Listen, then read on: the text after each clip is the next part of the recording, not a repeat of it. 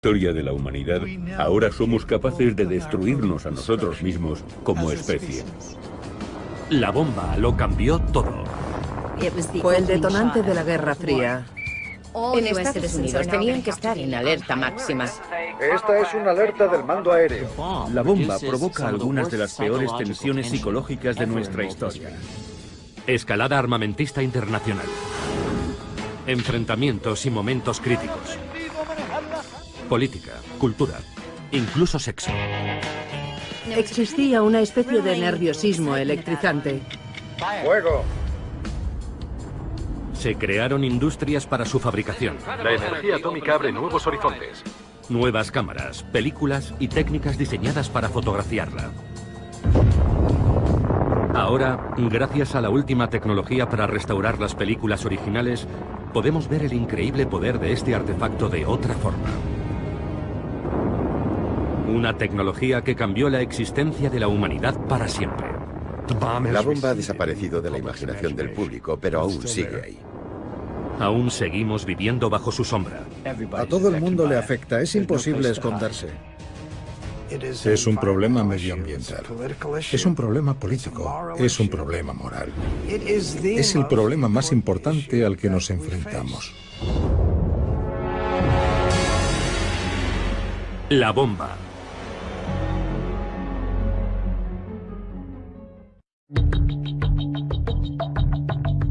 Apareció en el desierto de Nuevo México. En un lugar que los españoles habían llamado Jornada del Muerto. Aquí, a muchos kilómetros de cualquier lugar, la bomba cobró vida. El punto exacto es inaccesible, oculto en el interior de un campo de tiro militar de 8.000 kilómetros cuadrados. Pero una vez al año y durante unas horas, se abre al público.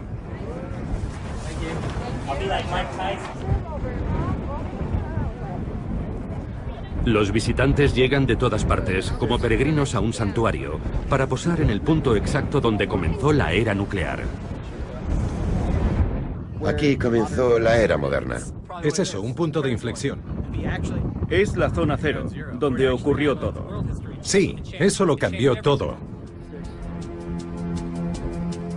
La bomba, que se probó aquí hace 70 años, convirtió la noche en día y colocó al mundo en un camino nuevo y peligroso.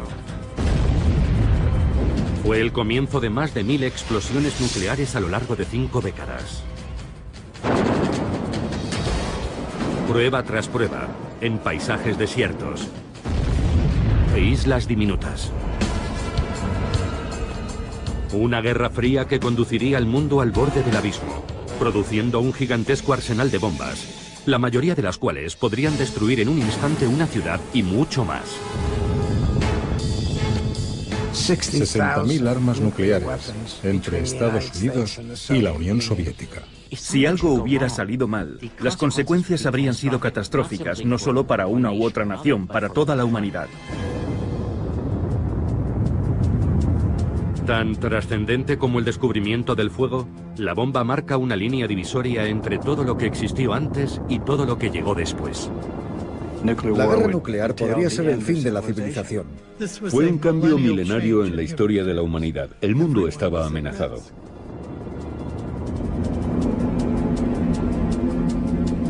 La fuerza que apareció por primera vez en este lugar. Un poder que supera a nuestra imaginación. ¿De dónde surgió? ¿Cómo empezó todo?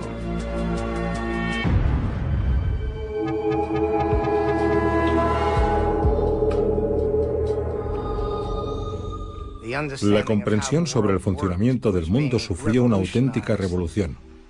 Y en 1938 en Alemania, y es importante subrayar en Alemania, tuvo lugar la mayor de todas las revoluciones.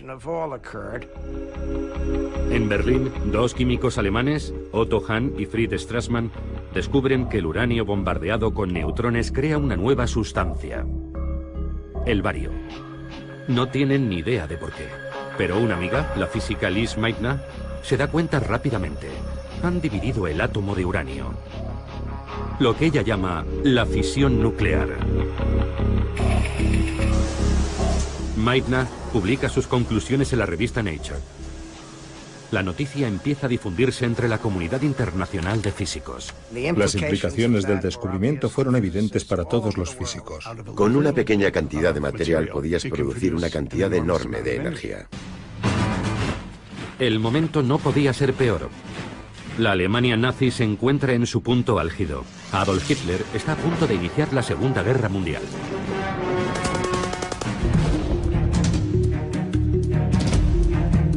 Cuando los físicos del mundo entero digieren la noticia de Lee Meitner, lo comprenden. Este descubrimiento, la fisión nuclear, podría decidir el resultado de la guerra.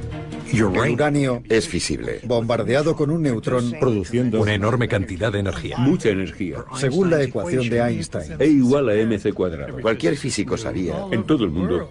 que podía construirse una bomba atómica Por los nazis. El descubrimiento se había realizado en Alemania y Alemania tenía muy buenos físicos. Tal vez Hitler esté fabricándola. La amenaza de que Alemania consiguiera la bomba antes era inconcebible. Quizás sea una carrera con los alemanes. De momento, la carrera solo existe en la mente de los científicos. Nadie más entiende el peligro de una bomba que todavía no existe.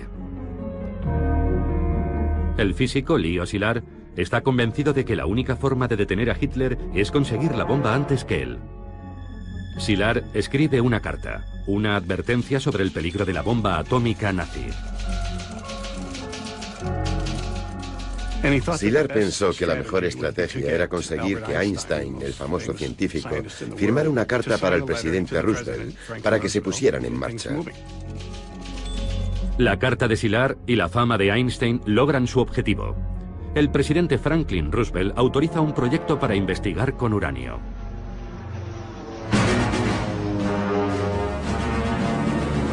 Dos años después, tiene lugar el ataque japonés sobre Pearl Harbor. Hitler declara la guerra a Estados Unidos. América lucha en dos guerras, contra Alemania en Europa y contra Japón en el Pacífico. De repente, el programa de investigación sobre el uranio de Roosevelt adquiere una importancia trascendental. Una investigación científica está a punto de convertirse en un programa de urgencia para fabricar la bomba atómica.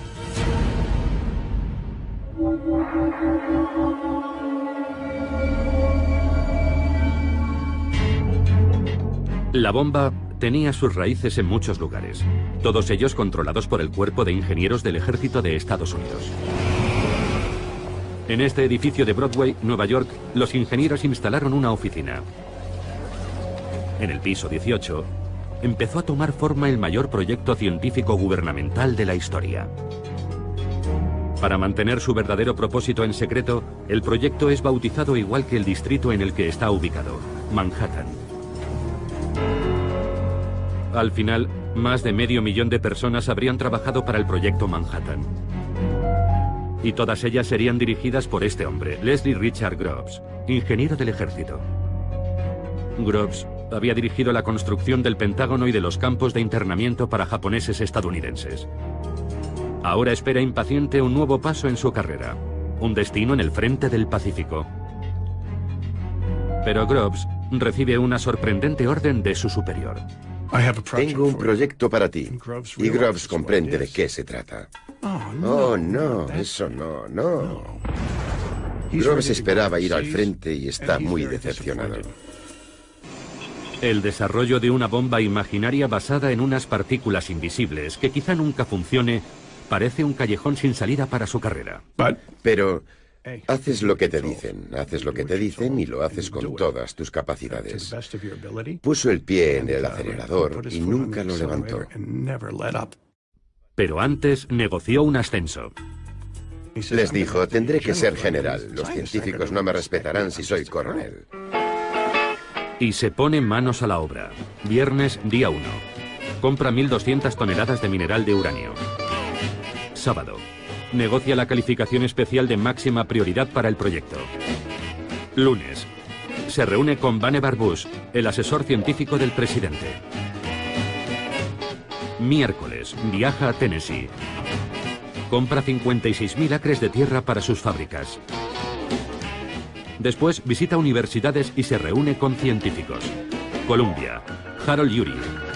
Universidad de Chicago, Arthur Compton. Berkeley, California, Ernest Lawrence. Y de vuelta a Washington. Groves ha puesto en marcha el que se convertirá en un vasto complejo industrial, en menos de 2 meses. Solo falta una cosa, la bomba. Pasarán años antes de que el combustible de uranio esté listo para la bomba. El combustible de uranio se obtiene en diminutas partículas. Pero cuando esté listo, Groves necesitará un diseño de bomba que funcione. Y para eso, necesita científicos. Ya ha conocido a muchos en Columbia, Chicago, Berkeley. No hay duda de que son muy inteligentes, pero él no los soporta. Él es un militar y se produce un choque de culturas. Groves era un hombre muy inteligente y sabía mucho de muchas cosas, pero casi nada de física.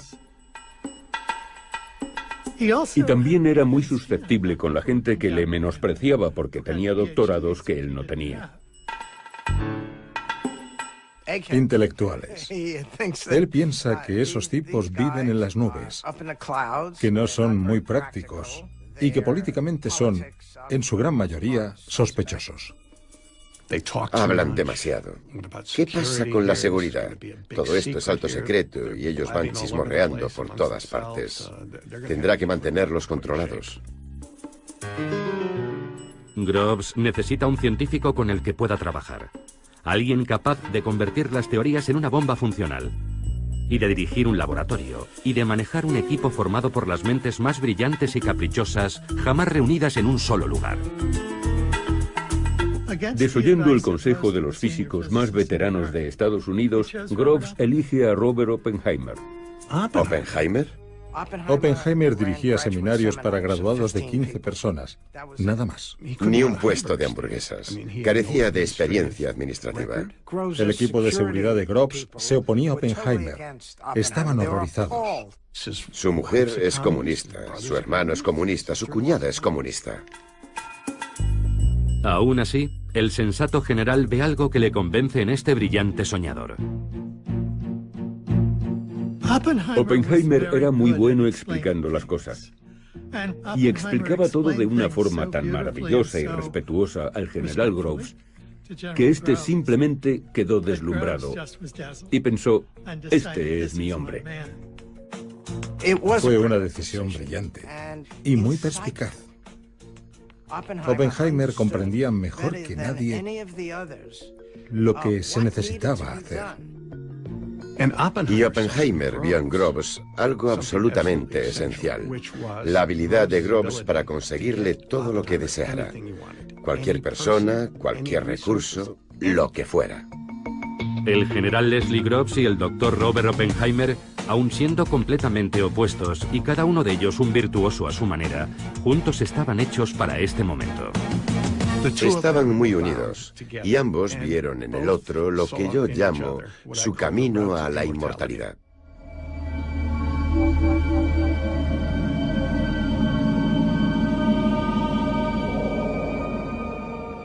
...1942. Groves ha encontrado a su científico.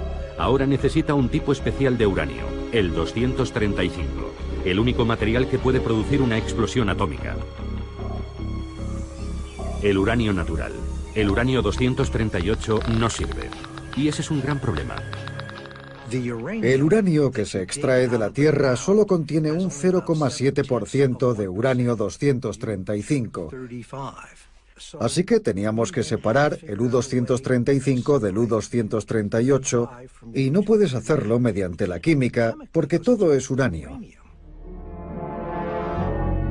Groves construyó un gigantesco complejo en Oak Ridge, Tennessee, para producir U-235. Pero el proceso es desesperadamente lento.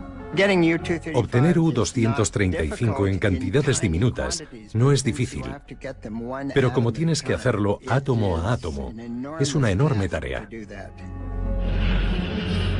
Solo para una bomba se necesitan kilos de uranio, y conseguirlos átomo a átomo llevaría años. Pero el químico Glenn Seaborg encuentra otra opción. el plutonio.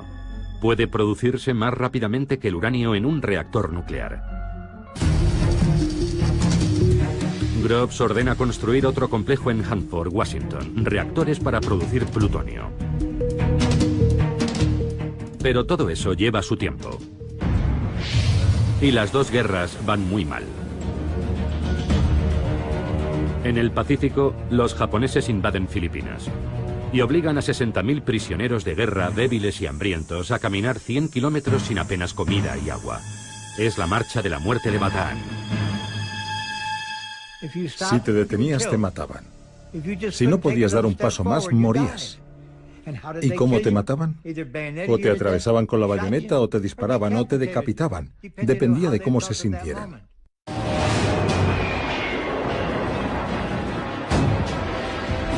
La guerra con Alemania también va mal. Los submarinos alemanes siembran el caos en el Atlántico. Los ejércitos de Hitler ocupan Europa, el norte de África, y están machacando a la Unión Soviética. Y nadie sabe lo cerca que pueden estar los nazis de conseguir la bomba atómica. Groves está obsesionado con una pregunta. ¿Qué traman los alemanes? Los nazis ya han comenzado a cometer atrocidades innombrables. Si Adolf Hitler consigue la bomba, será imparable.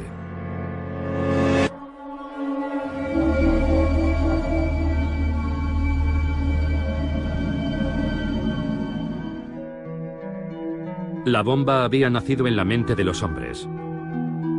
Pero para fabricarla necesitaban estar aislados, libres de distracciones y el mayor secreto. Aquí, en lo más profundo de las montañas Hemed, podrían seguir sus pensamientos, hacer cálculos y resolver sus ecuaciones. Los Álamos, Nuevo México, el lugar donde trabajaron los científicos, fue creado por y para la bomba. Hoy solo quedan algunos restos de sus comienzos. Una vieja cantina. Barracones del ejército. La casa de Robert Oppenheimer. Y el edificio principal de lo que antaño fue un colegio privado para chicos. En 1942, Oppenheimer le dice a Groves que este es el lugar perfecto para el laboratorio secreto. En lo alto de una colina, en medio de un bosque nacional, con tan solo una línea telefónica conectada al exterior. Está aislado. Mantendremos a esos científicos lejos de todo a lo que están acostumbrados y así podremos vigilarlos. Y cerraron el colegio. ¡Bum! Podemos empezar ya. Oppenheimer debe convencer a algunos de los mayores talentos de Estados Unidos para que se trasladen a un lugar en mitad de la nada, a vivir tras las alambradas durante un tiempo indefinido. Un buen vendedor debía convencerlos para que fueran a los Álamos, y a Oppenheimer se le daba muy bien. Al final serían miles los reclutados para trabajar en la bomba. Hal Bell era ingeniero aeronáutico. Lily Hornin y su esposo Don eran científicos. Para todos, su incorporación al proyecto empezó con una conversación críptica y misteriosa. Había un comandante detrás del escritorio y dijo: tengo un trabajo muy elitista para vosotros, solo aceptamos voluntarios. Cuénteme más. Y dijo: no puedo. A Don le preguntaron: ¿te gustaría tener otro trabajo? Y dijo: cuéntame un poco más. Y él contestó: no puedo. Dígame dónde sería. No puedo. ¿En qué parte del país? ¿Norte, sur, oeste? No, no puedo decirle nada. Le pregunté: dígame lo que haría. No puedo. Yo le dije: si cree que voy a presentarme voluntario, está loco. No voy a arriesgar mi futuro por algo de lo que no sé absolutamente nada. Es ridículo.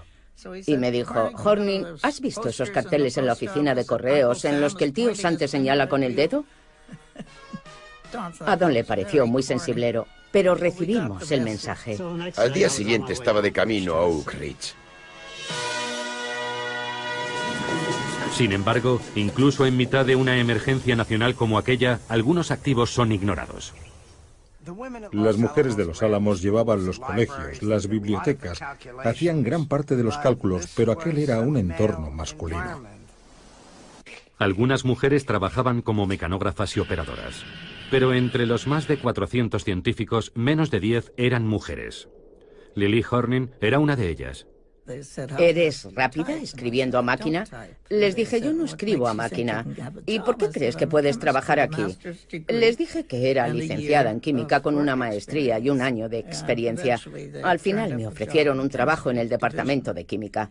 Cogieron a algunas mujeres, pero dejaron muy claro que no estábamos en la primera categoría. La primera lección que recibían era mantener el secreto. Oficialmente, Los Álamos no existe. Se llama Sitio Y, o La Colina. Y la bomba solo es nombrada como el artefacto. Solo necesitas saber lo suficiente para hacer tu trabajo, nada más. Y no hagas preguntas acerca de ninguna otra cosa. Todo era alto secreto, haz lo que te dicen. No me dieron ninguna información preliminar. Ellos sabían perfectamente quién era yo y por qué estaba allí. Y eso era más de lo que yo sabía. Yo apenas sabía nada del proyecto. Había oído algunos rumores acerca de que allí se construían globos, submarinos. No se hablaba de bombas, átomos, uranio. No hablabas de nada. Mi mujer no sabía lo que hacíamos. Oak Ridge, donde se produce el uranio, se había creado prácticamente de la noche a la mañana. Un año antes, esa ciudad solo era una granja. Y de repente había una gran ciudad con 70.000 habitantes, casas, calles. Los Álamos, Nuevo México, estaba mucho más aislado y menos desarrollado. Hugh Bradner, uno de los científicos de Los Álamos, tiene una cámara de cine. Las películas caseras de los Bradner nos ofrecen un valioso testimonio de la vida en Los Álamos. Su valor es extraordinario porque no existen más películas. Es una visión del interior de la instalación más secreta del mundo, en lo más profundo del lejano oeste. Muchas de esas personas procedían de medios urbanos y académicos, y aquí llevaban una vida bastante primitiva. Las condiciones de vida eran muy duras. Podías abrir el grifo y tenías tantas probabilidades de que salieran gusanos como de que saliera agua. Había barro por todas partes durante la estación lluviosa. El lado bueno eran las fiestas y que Oppenheimer era un gran director de laboratorio. Y el ponche estaba animado con alcohol puro de laboratorio. Así que se convirtió en algo muy emocionante. La media de edad es de 25 años.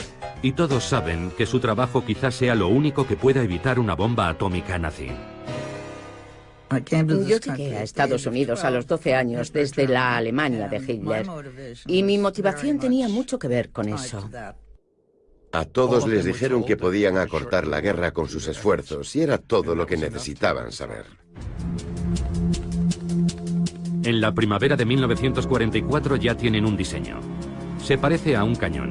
Una pieza de uranio fisible se dispara contra otra pieza, logrando una masa crítica y la explosión nuclear. Es muy simple, pero no hay combustible suficiente para probarlo. La producción de uranio es tan lenta que se necesitarían años para producir suficiente combustible para una sola bomba. El plutonio puede producirse con mayor rapidez, y esa es la clave para fabricar muchas bombas. El éxito del proyecto depende de que el plutonio funcione. Cuando el físico Emilio Gino Segre obtiene la primera y diminuta muestra de plutonio en Hanford, hace un descubrimiento terrible. Una bomba de plutonio no estallaría, se fundiría. La bomba de plutonio de tipo cañón no funcionaría. Era un desastre. Solo había uranio suficiente para una sola bomba de tipo cañón. Si no podían usar el plutonio, solo habría una bomba. Quizá los 350 millones de dólares iban a perderse porque el plutonio no funcionaría. En aquel momento, Oppenheimer pensó en dimitir de Los Álamos. Es un callejón sin salida. Descartan el diseño tipo cañón de plutonio y vuelven a empezar desde cero. Tras años de trabajo, solo cuentan con una única bomba de uranio. Verano de 1944. Los aliados han invadido Francia, pero el resultado aún es dudoso. Los científicos nazis han creado nuevas y aterradoras armas. el primer caza a reacción del mundo, un misil de crucero y un cohete supersónico. Los nazis podrían estar muy cerca de conseguir la bomba atómica. Trabajaban en ello, pero no sabíamos lo cerca que estaban de conseguirlo. Si la conseguían antes, la guerra estaba perdida. En Los Álamos tienen una posible nueva forma de usar el plutonio: la implosión. Normalmente una explosión es hacia afuera. Esta vez iban a presionar una esfera de plutonio y a comprimirla. Coger una esfera de plutonio y usar explosivos para comprimirla podría ser imposible, pero es su única esperanza. Aquel era el mayor problema en Los Álamos. ¿Cómo hacer que el plutonio funcionara? Reorganizaron el laboratorio creando un programa para la implosión. Para solucionar el problema, traen desde Harvard al químico George Kistiakowsky. Kistiakowsky pasará el resto de 1944 y mucho más tiempo intentando desesperadamente que la implosión funcione. La implosión resulta ser un proceso complejo y desalentador, y Kistiakowsky y su pequeño equipo no logran avanzar. Entonces piden ayuda a los británicos, que envían algunos de sus mejores científicos. Groves quería que fueran investigados por posibles infracciones contra la seguridad. Los británicos dijeron, no es necesario, nosotros nos ocupamos. Entre los recién llegados se cuenta un silencioso y extraño refugiado alemán. Su nombre es Klaus Fuchs. Era un físico muy bueno. Hizo sugerencias interesantes y era muy colaborador. Pero era un tipo raro. Yo me sentía incómoda. Aunque nadie parecía saberlo, además de ser brillante y extraño, Klaus Fuchs es un comunista entregado. Pocos años después, su paso por Los Álamos volvería para atormentar a Groves y a Oppenheimer.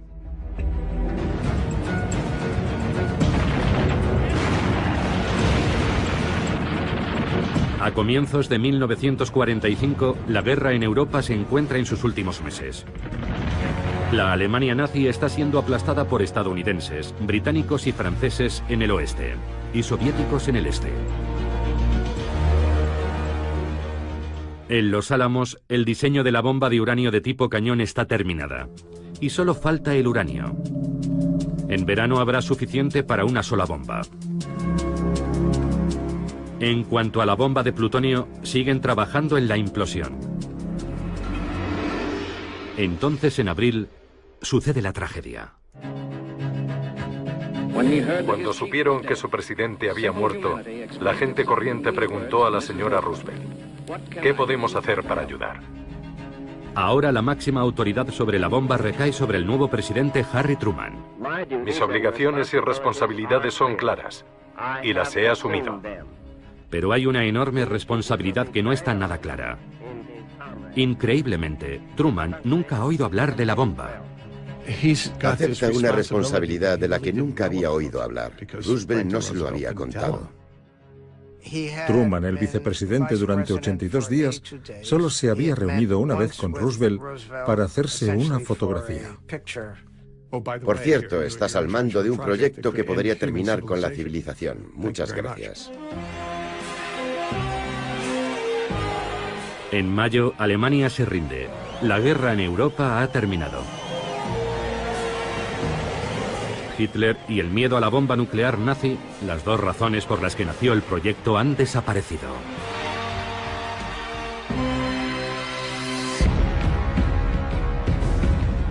Pero en el Pacífico la guerra contra Japón sigue siendo feroz. El trabajo no había terminado. Yo era un niño de 7 años en aquella primavera de 1945 y recuerdo que seguían muriendo hombres jóvenes cada día. Puede que el temor a Alemania inspirara la carrera nuclear, pero Japón es ahora el único enemigo y por lo tanto el objetivo de la bomba.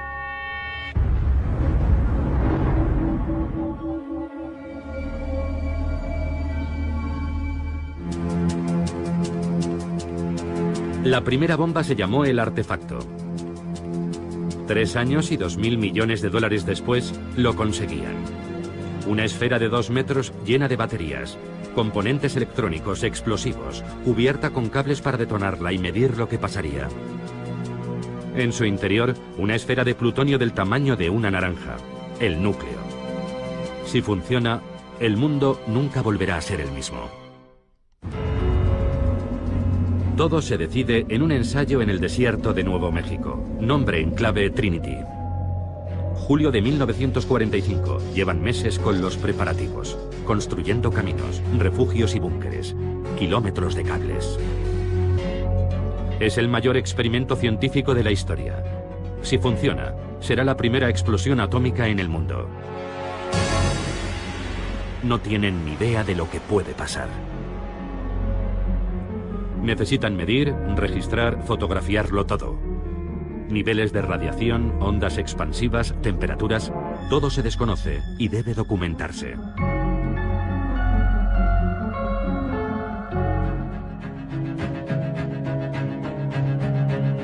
A miles de kilómetros, en Potsdam, Alemania, el presidente Truman negocia con Stalin. ¿Esconderá un as atómico en su manga? Todo depende del ensayo Trinity. Mientras, en Nuevo México, George Kistiakowsky ha descubierto un problema. Todo indicaba que la bomba sería un fracaso. Mientras lo vertían, el explosivo se había recalentado y podían haberse formado burbujas en su interior. Kistiakowsky decidió rellenar esas burbujas con explosivo líquido. Kistiakowsky tenía que agujerear el explosivo y rellenar cuidadosamente cada burbuja. El resultado dependía de su trabajo y no podían saber si funcionaría. Se realizó un ensayo el 14 de julio, una prueba con explosivo real que salió muy mal. Aquello hizo que todos se preocuparan aún más. El tiempo se agota. Lo único que pueden hacer es seguir y cruzar los dedos. Suben la bomba hasta lo más alto de una torre de acero de 30 metros. Colocan colchonetas debajo por si acaso. Miles de personas y años de trabajo corren peligro. La última pieza crucial, el núcleo de plutonio del tamaño de una naranja, una caja de 350 millones de dólares que es trasladada en coche desde Los Álamos. En Potsdam, Truman espera. La prueba está programada para esa misma noche. Empezó a llover y tuvieron que posponer la prueba. Había mucho nerviosismo. Casi todos los presentes tenían un nudo en el estómago por todos aquellos circuitos electrónicos. Había 1 millón de cosas que podían salir mal. El tiempo empeora, pero Groves se niega a rendirse. Y Groves se convierte en su propio meteorólogo y decide realizar la prueba a las 5:30. Parecía que podía aclarar lo suficiente para realizarla. Estaba empezando a amanecer. Oímos la cuenta atrás. 16 de julio de 1945. 3 años. Cientos de miles de personas. El futuro de Groves y Oppenheimer. Sus carreras están en juego. Se han gastado 2.000 millones. Ciencia teórica. Un presidente esperando. La posibilidad de poner fin a la peor guerra de la historia. ¿Funcionará?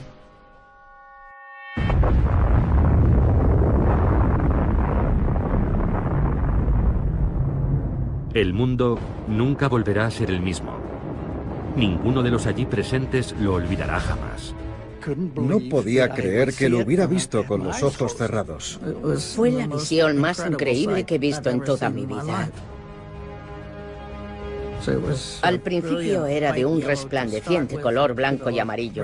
Después cambió a rojo, naranja, púrpura, azul.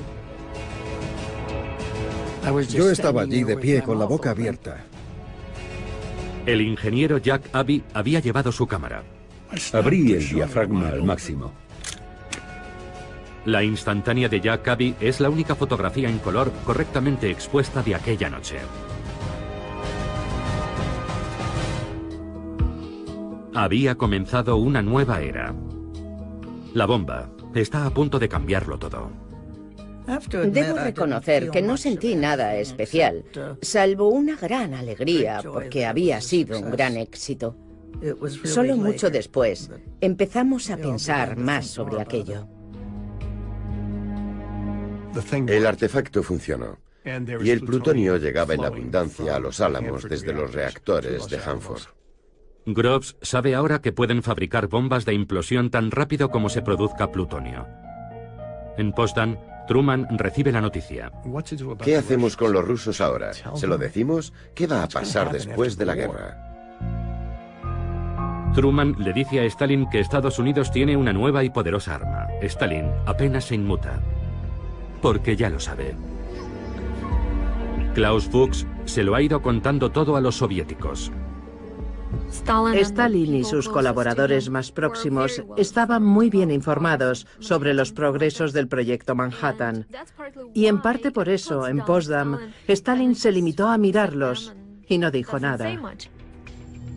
De regreso en Estados Unidos con la bomba convertida en realidad, algunos científicos comienzan a tener dudas acerca de su utilización. Leo Szilard, quien había alertado sobre la bomba nazi, envía una petición al presidente pidiéndole que piense en las implicaciones morales. Creo que los científicos estaban divididos a partes iguales, a favor y en contra de la bomba. A los científicos también les preocupa que el empleo de armas nucleares pueda poner a Estados Unidos en peligro después de la guerra, alentando a Stalin a fabricar su propia bomba. Pensaban que si se usaba la bomba podría precipitarse una carrera armamentista nuclear con los soviéticos. Algunos científicos piden que se haga una demostración con la bomba para dar a los japoneses la oportunidad de rendirse. Pero para los japoneses, la rendición no parece ser una opción. Al contrario, envían a sus kamikazes contra los barcos estadounidenses. Batalla tras batalla, sus soldados prefieren inmolarse antes que ser capturados. Estados Unidos comienza a atacar sus ciudades con bombas incendiarias. 100.000 japoneses mueren en una noche solo en Tokio. Han perdido la guerra, pero siguen negándose a rendirse. El siguiente paso parece inevitable: invadir Japón. Probablemente mueran miles de estadounidenses y puede que millones de japoneses. Para Harry Truman, la bomba es, con diferencia, el mal menor. Me enfrento a una invasión terrestre de Japón. Así que si hay algo que pueda acabar con la guerra antes de llegar a eso y evitarlo, adelante. El 26 de julio los japoneses reciben un ultimátum. O se rinden incondicionalmente o serán destruidos. A los japoneses no les interesa una rendición incondicional. Quieren que su emperador siga en el poder. Quieren dirigir sus propios procesos por crímenes de guerra. No quieren que Estados Unidos ocupe su territorio. Los japoneses rechazan el ultimátum. Es entonces cuando todas las piezas comienzan a encajar. Unos líderes japoneses incapaces de detenerse. Un proyecto de $2.000 millones en la carrera por fabricar la bomba atómica. Y un presidente enfrentado a una guerra terrible que ve una alternativa.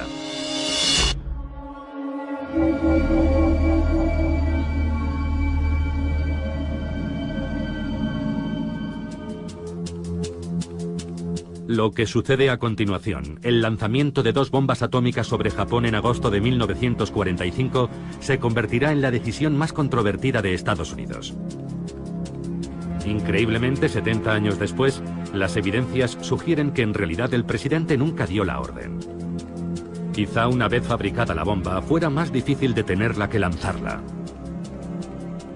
Existe un debate acerca de si Truman autorizó realmente o no el uso de la bomba.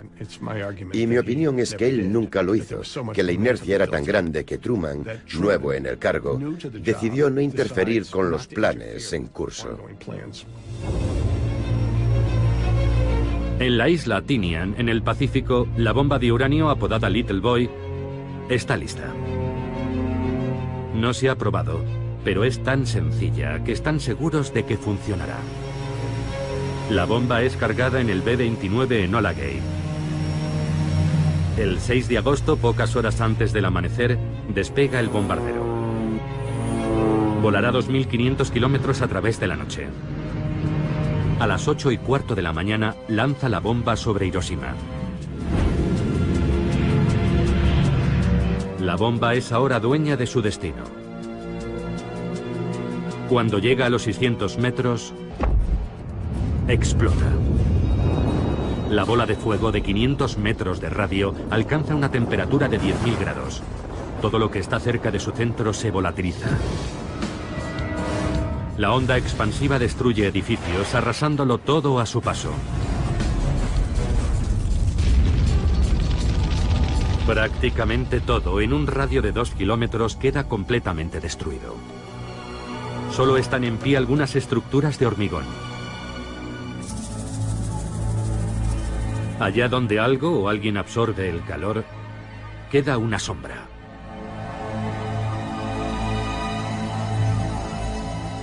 Como mínimo murieron 80.000 personas.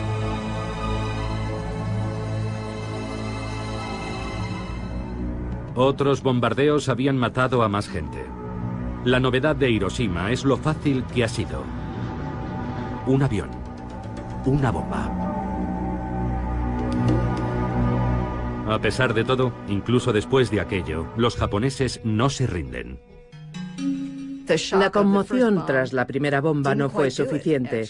Al principio ni siquiera aceptaban que Hiroshima hubiera sido bombardeada. Los japoneses tenían su propio plan para acabar con la guerra.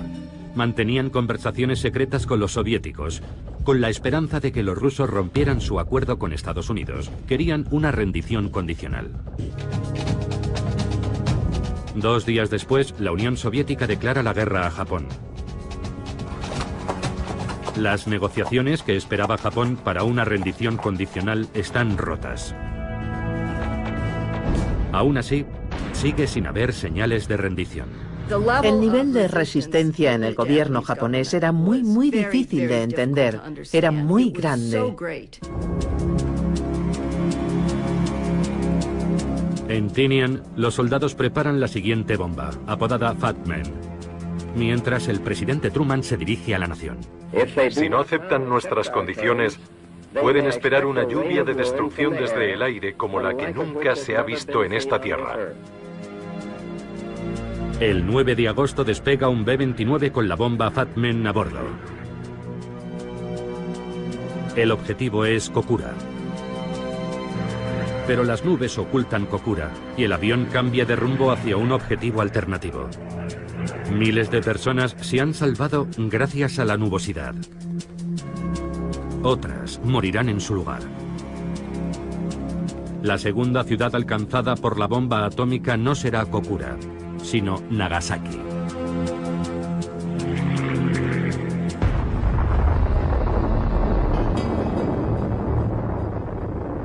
Muy cerca, en el campo de prisioneros 17, Lester Tenney ve la explosión. Vimos elevarse una nube gigantesca. Fue algo extraordinario. Era como si tuviera un pedestal. No teníamos ni idea de lo que era.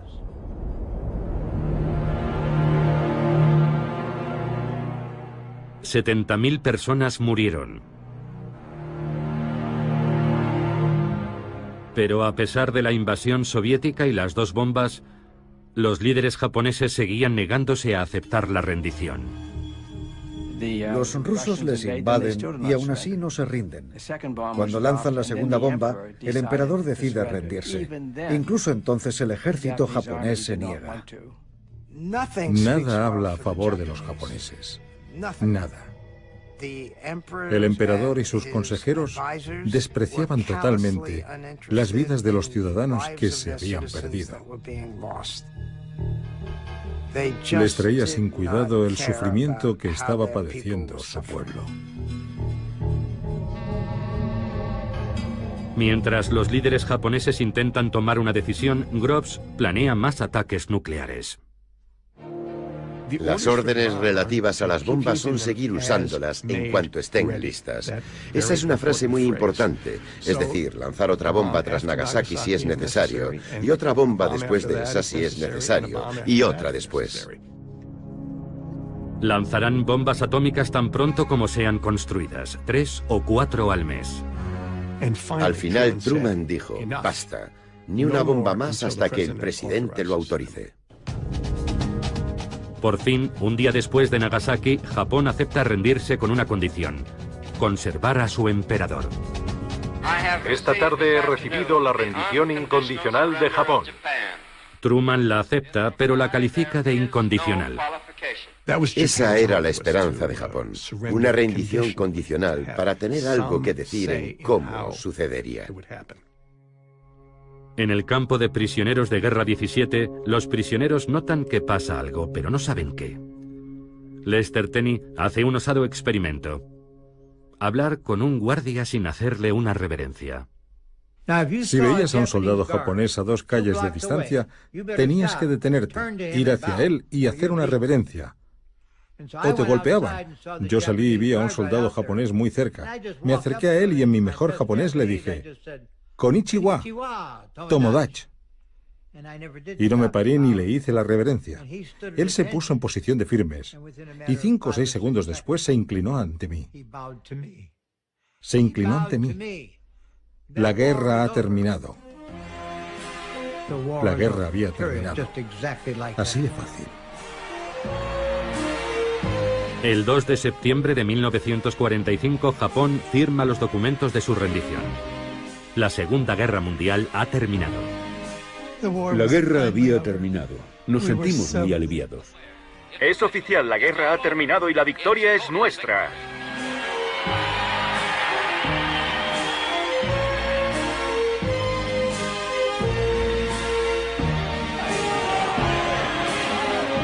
Es la hora de las celebraciones, y no solo por el final de la guerra, también por la nueva y extraordinaria bomba que ayudó a ganarla. Tras muchos años en secreto, el artefacto se convierte en la gran noticia. De repente no solo es público, también está en todos los periódicos.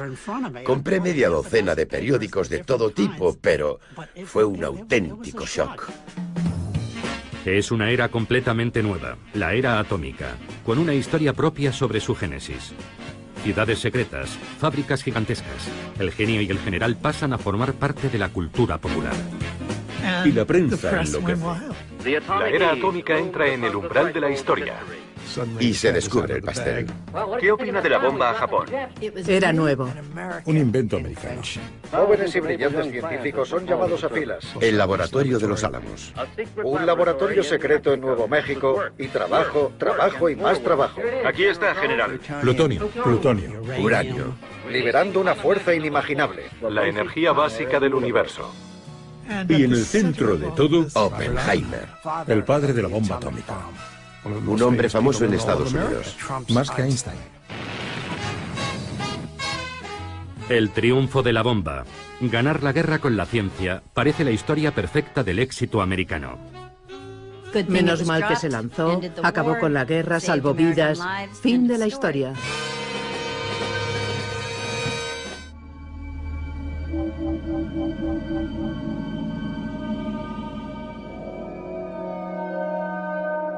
La bomba parecía haber encontrado la respuesta a cómo acabar con la guerra, pero también había planteado nuevos interrogantes.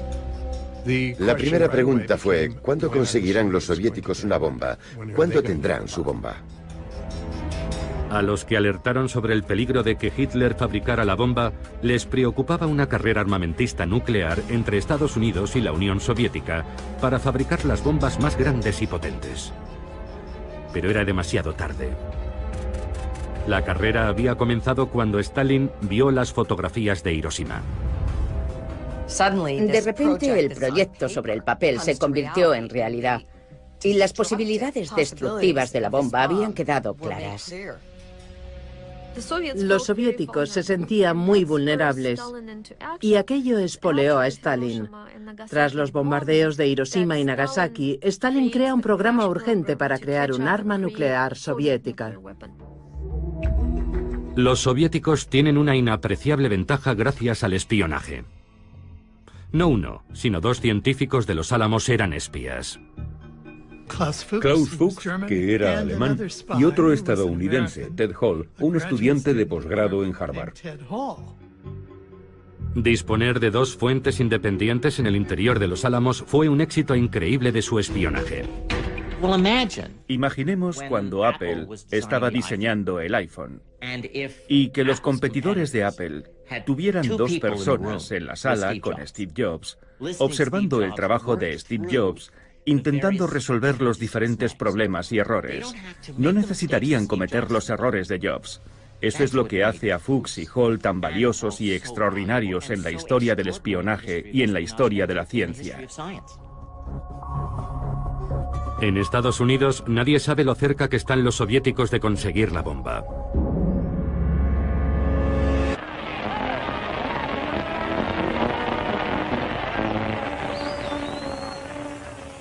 Cuando la guerra termina, los estadounidenses vuelven a la normalidad y disfrutan de la paz. Pero la bomba atómica es una incógnita que planea sobre su futuro. El proyecto Manhattan sigue operativo. ¿Qué hacemos con la bomba? ¿Cuántas tenemos? ¿Cuántas más fabricamos? En Nuevo México, los científicos esperan impacientes el momento de regresar a sus hogares y universidades. Había profesores jóvenes que tenían buenos trabajos y también había estudiantes que aún no habían terminado sus estudios. Hay que recordar que vivían en pequeñas cabañas de madera con estufas de carbón, que la comida era mala y que las calles estaban llenas de barro. En cuanto la guerra terminó, todo el mundo se marchó. La ciudad pasó de tener 3.000 o 4.000 personas a 1.000 en cuestión de semanas. Robert Oppenheimer, cuya visión creó los Álamos, es uno de los que se marcha. El laboratorio que él había construido parecía destinado a desaparecer. Hace 70 años, la bomba nuclear cambió nuestra realidad para siempre. Por primera vez en la historia de la humanidad, ahora somos capaces de destruirnos a nosotros mismos como especie. La bomba lo cambió todo. Fue el detonante de la Guerra Fría. En Estados Unidos tenían que estar en alerta máxima. Esta es una alerta del mando aéreo. La bomba provoca algunas de las peores tensiones psicológicas de nuestra historia. Escalada armamentista internacional. Enfrentamientos y momentos críticos. Política, cultura, incluso sexo. Existía una especie de nerviosismo electrizante. ¡Fuego! Se crearon industrias para su fabricación. La energía atómica abre nuevos horizontes. Nuevas cámaras, películas y técnicas diseñadas para fotografiarla. Ahora, gracias a la última tecnología para restaurar las películas originales, podemos ver el increíble poder de este artefacto de otra forma. Una tecnología que cambió la existencia de la humanidad para siempre. La bomba ha desaparecido de la imaginación del público, pero aún sigue ahí. Aún seguimos viviendo bajo su sombra. A todo el mundo le afecta, es imposible esconderse. Es un problema medioambiental, es un problema político, es un problema moral. Es el problema más importante al que nos enfrentamos. La bomba.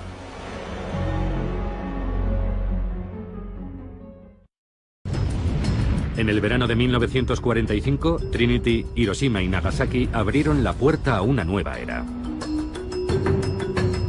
Pero no sería hasta un año después, en el verano de 1946, cuando un hecho crucial decidiría el futuro de la bomba.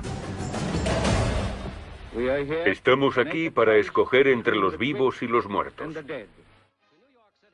En junio, en las Naciones Unidas, Estados Unidos ofrece al mundo un plan para deshacerse de la bomba atómica. 1. La fabricación de bombas atómicas debe detenerse. 2.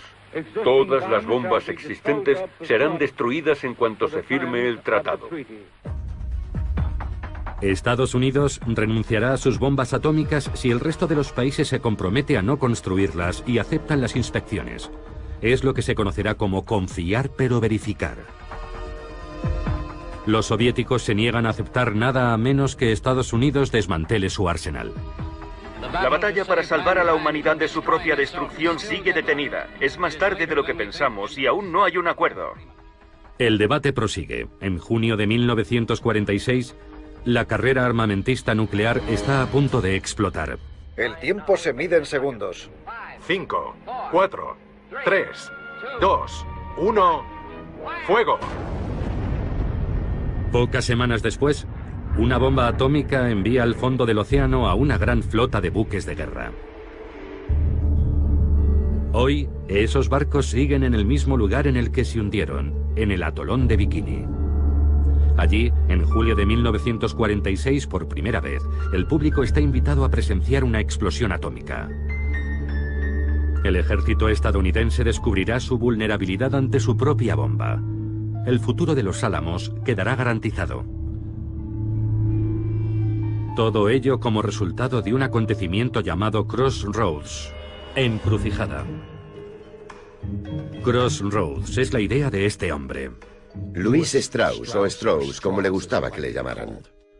Una figura curiosa, un vendedor de zapatos que se había hecho muy rico. Era almirante de la Armada, aunque nunca había pisado un barco. Un político extremadamente ambicioso. Strauss está preocupado por la Armada. ¿Cómo afectará la bomba atómica a su futuro? ¿Qué teníamos en el país? Teníamos al ejército y a la marina. ¿Qué significa la bomba para ellos? Es lo que hay que tener, el arma decisiva. Todos la quieren. Pero solo la tiene la Fuerza Aérea, que en 1946 sigue formando parte del ejército. Para la gente la Armada estaba obsoleta y la Fuerza Aérea controlaría cómo se ganan las guerras. El argumento en la Marina durante la Guerra Fría era: la Unión Soviética es nuestro adversario, el ejército es nuestro enemigo. Louis Strauss cree tener la respuesta para el problema de la Marina. Un ensayo nuclear para demostrar que los buques de la Armada pueden sobrevivir a las bombas atómicas. La Operación Crossroads. Una especie de competición entre la Marina y el ejército. Los bombarderos de la Fuerza Aérea intentarían hundir los buques de la Marina. La primera baja en esta contienda es Leslie Groves. La Marina, no Groves, estará al mando de la Operación Crossroads. Harán la prueba en mitad del Océano Pacífico, en la pequeña isla de Bikini.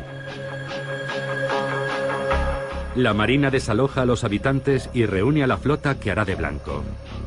90 barcos capturados a alemanes y japoneses y excedentes de Estados Unidos serán bombardeados. Habrá 3 explosiones: Able, Baker y Charlie, una aérea y 2 submarinas. Crossroads es una operación gigantesca. $100 millones, 42.000 hombres y 240 barcos, sin contar los barcos Diana, instrumentos, cámaras, cámaras y más cámaras. Películas, kilómetros y kilómetros de película. Animales para que los médicos puedan estudiar los efectos de la bomba en seres vivos. Y reporteros de todo el mundo. Una demostración, un espectáculo. Al final todo está listo. Ha llegado el día de Able. 1 de julio de 1946. Comienza el espectáculo. El bombardero El Sueño de Dave ruge al despegar.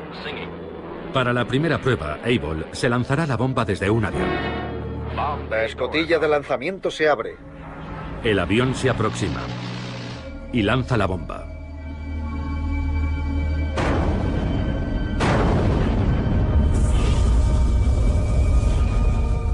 Se produce una miríada de efectos majestuosos, deslumbrantes, imponentes, que solo las cámaras registran con detalle. La bomba, el mismo modelo que Fat Man, lanzada sobre Nagasaki, tiene una potencia equivalente a 20.000 toneladas de TNT.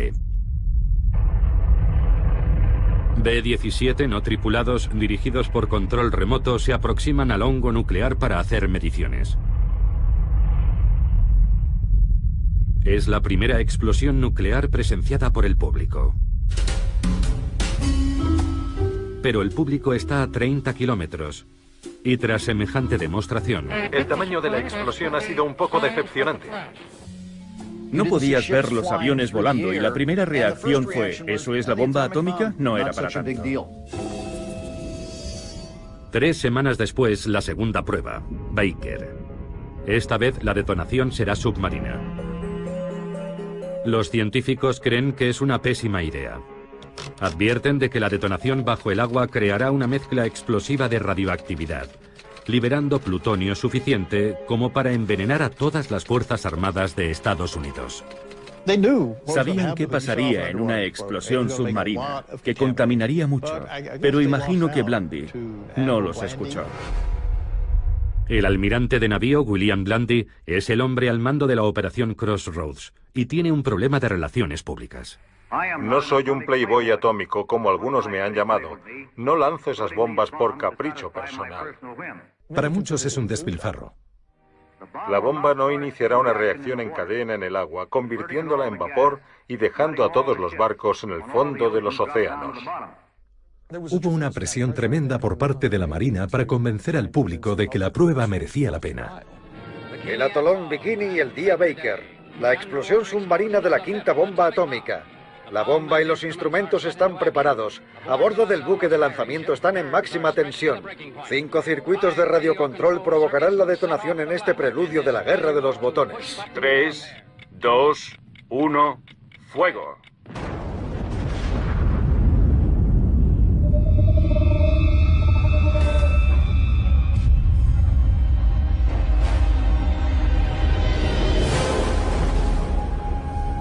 La onda expansiva submarina es claramente visible.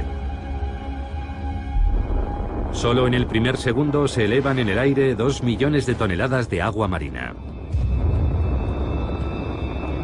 En su ascenso, el agua crea una columna de casi 1 kilómetro de altura. Después, vuelve a caer. El agua que cae del cielo provoca un muro similar a la nube de agua que se crea en la base de una catarata. La avalancha de casi 300 metros de altura cubre por completo los barcos Diana. Nadie había visto nunca nada parecido. La potencia brutal y la magnitud de una bomba atómica. Pero hasta ese momento, los resultados parecen muy buenos para la Marina. 75 buques han sobrevivido, hundiéndose menos de 20. La Armada sentía que había superado la prueba y Blandy dijo, la Armada puede resistir la bomba atómica. La Armada planea llevar marineros a los barcos y regresar triunfalmente con ellos a Estados Unidos. Pero hay un problema. Al principio los daños parecían escasos, pero luego la historia cambió. La ola de 300 metros que había empapado los barcos era altamente radiactiva. Los barcos están contaminados. Los contadores repiquetean violentamente. La zona está llena de mortíferos rayos gamma, neutrones y otros rayos letales, y no existe protección contra el terrible asesino invisible. Al principio, la Marina simplemente no puede creerlo. No puedes oler la radiación ni sentirla, y aquellos marinos de la Armada volverían a sus barcos sobreviviendo a la bomba. No tienen ni idea de qué hacer a continuación. La ignorancia era absoluta. No existía ningún plan real de descontaminación. Intentan limpiar los barcos con agua marina a presión. El problema es que esa agua marina es extremadamente radiactiva. Y cuando los marineros vuelven para cambiarse de ropa, contaminan sus propios barcos. Stafford Warren, doctor de la Marina y oficial al mando de la protección radiológica, intenta cancelar la operación. Stafford Warren no quiere que los marines vuelvan a los barcos, pero es muy duro enfrentarse a toda la Marina de Estados Unidos. Desesperado, Warren saca un pez de la laguna y lo coloca encima de un trozo de película fotográfica. El pez es tan radiactivo que él solo vela la película. La luz es por la exposición de la película a la radiación. Finalmente, el almirante Blandy y la Marina se convencen. La operación Crossroads se suspende. Fue el primer desastre nuclear de la Tierra. Solo 9 barcos pudieron ser descontaminados con éxito. El resto fueron remolcados y hundidos deliberadamente.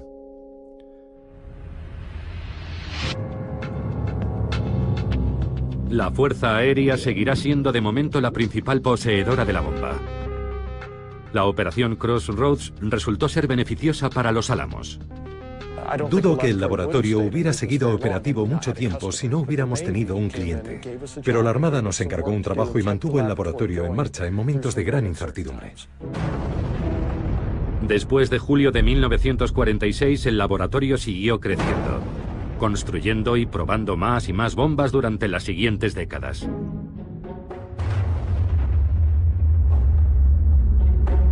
Crossroads también se convirtió en parte de la cultura popular.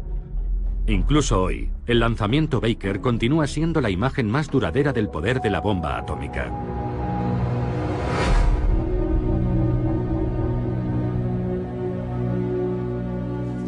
Pocas semanas después de la segunda bomba de Crossroads, un acontecimiento inesperado daría a los estadounidenses una visión mucho más oscura de la bomba. Por primera vez, se abre un gran debate público sobre su utilización. El 31 de agosto aparece el último número de la revista The New Yorker. En su portada, una optimista visión de un día de verano en Central Park. En su interior, un retrato muy diferente de otra ciudad, un día de verano.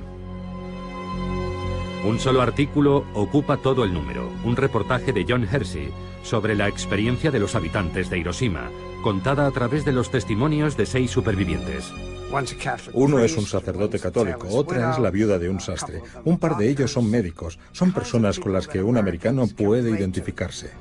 El número especial se agota en pocas horas. Hiroshima por John Hersey. Este sorprendente reportaje en la revista The New Yorker ha conmovido a los americanos. Emisoras de Inglaterra, Canadá, Australia y Estados Unidos se saltan su programación y emiten lecturas dramatizadas.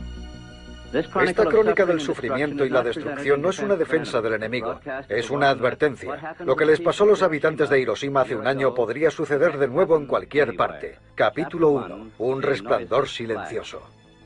Exactamente a las 8:15 de la mañana. Nadie había visto nunca las consecuencias de una bomba nuclear, y el conocimiento de lo que aquello había significado no se comprendió realmente hasta mucho tiempo después. En agosto de 1946, un año después de Hiroshima, un ensayo ofrece al mundo una perspectiva completamente nueva sobre la bomba. Las consecuencias son enormes. El libro hace que la gente comience a replantearse su opinión sobre las bombas nucleares. Pero las armas nucleares son ahora el elemento clave para la seguridad del país. Truman y sus asesores empiezan a pensar que el armamento nuclear puede ser la base de la diplomacia. Al exsecretario de Guerra, Henry Stimson, le preocupa que los estadounidenses comiencen a oponerse a las armas nucleares. Y escribe una respuesta al reportaje de The New Yorker justificando el uso de la bomba. Cuenta que había dos opciones, usar la bomba o invadir Japón. Y ese es un planteamiento falso. Había otras alternativas, tanto a la bomba como a la invasión. ¿Se habría rendido Japón si no se hubiera usado la bomba atómica? Es imposible contestar. No se puede reescribir la historia. Si Truman no hubiera usado la bomba, ¿por qué no lo hizo? ¿Mi hijo murió porque tú no usaste la bomba? Un avión americano ha lanzado hoy en tierra. El debate ha continuado hasta hoy. La única certeza es que la vida en la era atómica resultó ser mucho más complicada de lo que se creía cuando apareció la primera bomba atómica.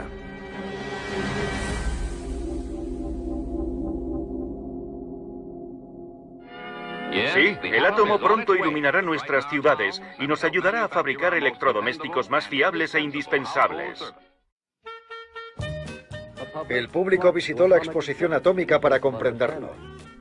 La bomba poseía cierta mística, tanto aterradora como estimulante. Existía otra faceta de la era atómica, los rayos X y la medicina, la energía atómica y todas esas cosas que iban a contribuir a una vida mejor. El átomo ha llegado a la ciudad. Atomic power was given by the mighty hand of God. Atomic power, atomic power. ¿Y los electrodomésticos funcionarán con energía atómica? Esta prosperidad la alimenta un metal más precioso que el oro y la plata. Hay uranio en las colinas. Protegerá su salud, mejorará sus alimentos, le proporcionará productos más baratos y una mayor seguridad. Hiroshima and Nagasaki paid a big price for their sins. When scourged from the face of earth, their battle could not win. But on El átomo pacífico ya no es un sueño de laboratorio, es algo que ya está aquí, produciendo milagros. ¿Esta máquina también funcionará con energía atómica? Como si funciona con queroseno, mientras yo sea el que dé al interruptor. Con el uso creciente de la energía atómica, más ciudades se convertirán en ciudades atómicas. Una parte de la primera era atómica sigue hoy igual de fuerte. ¿De dónde viene el bikini?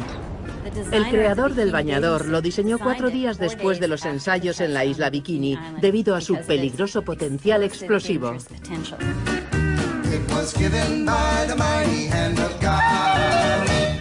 Mientras el país se adapta a la vida en la era atómica, los científicos de la primera ciudad atómica trabajan en la actualización del artefacto que supuso el comienzo de todo.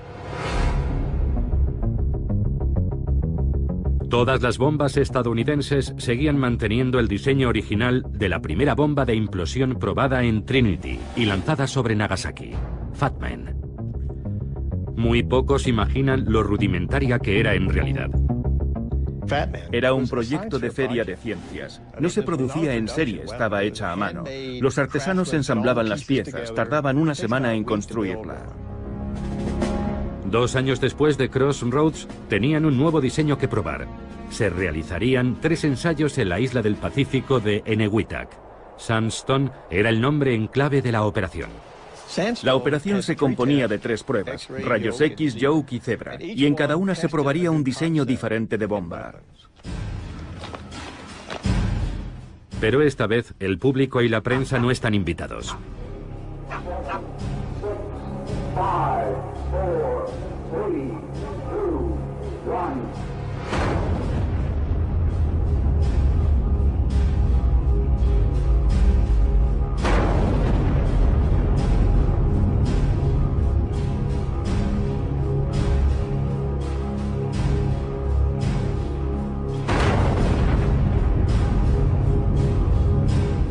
Sandstone es el final de una era. En enero de 1947, la bomba pasa a estar bajo el control de la autoridad civil, gestionada por la Comisión de la Energía Atómica, CEA. Enseguida sustituirán la bomba artesanal Fat Man por un nuevo modelo, la primera bomba atómica fabricada en serie. Se crea un nuevo laboratorio para fabricar las bombas que los Álamos diseñan. Es el comienzo del complejo armamentístico nuclear estadounidense, un gigante industrial que va a dirigir la fabricación de bombas y los ensayos nucleares durante décadas, a través de las diferentes administraciones y hasta el final de la Guerra Fría.